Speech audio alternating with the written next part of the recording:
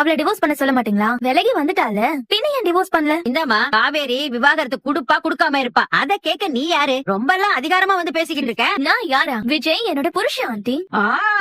புருஷன் தழைய தாலி கட்டிக்கிட்ட பாரு, ஏதோ பழகி இருக்க, சூழ்நிலை வேற மாதிரி போயிடுச்சு, அதுக்காக புருஷாம்பியா? ஏன் பாட்டி இவ்ளோ டென்ஷன் ஆகுறீங்க? தாலி கட்டினாதான் புருஷன். அப்படியே பார்த்தாலும் தாலிக்கு பதிலா எனக்கு விஜய் மோதிரம் போட்டு விட்டுருக்காரு. இந்த வியாக்கியானம் எல்லாம் இங்க பேசிக்கிட்டு இருக்காத, முதல்ல இடத்த காலி பண்ணு. ஒரு வயசு பொண்ணு இப்படி வந்து சத்தமா பேசிக்கிட்டு இருக்கே, அசிங்கமா இல்ல உனக்கு? அசிங்கப்படணும். பணத்தை வாங்கிக்கிட்டு உங்க வீட்டு பொண்ணு விஜய்க்கு பொண்டாட்டியா ஒரு வருஷத்துக்கு நடிக்க அனுப்புன மானங்கிட்ட குடும்பம் தானே நீங்க? ஏதோ பாவம்னு பார்த்தா ஓவரா பேசிட்டு இருக்க. ஹலோ ஹலோ, நீங்க பாவம் பாக்குற அளவுக்கு நான் ஒண்ணு கிடையாது. சும்மா என் மேல இறக்கப்படுறவங்க மாதிரி பேசினா உங்களை எல்லாம் நான் நல்லவங்க நினைச்சிருவேனா?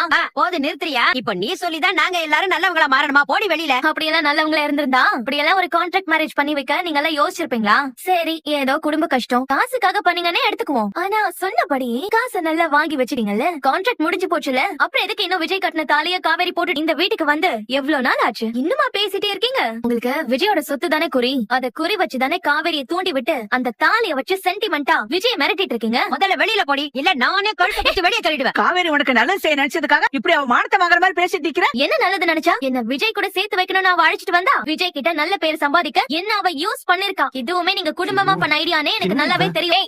அறிவு இருக்கா உனக்கு? நீ சொல்ற மாதிரி நாங்களா இருந்திருந்தா விஜய் வந்து இங்க உட்காந்துக்கிட்டு என் தங்கச்சியே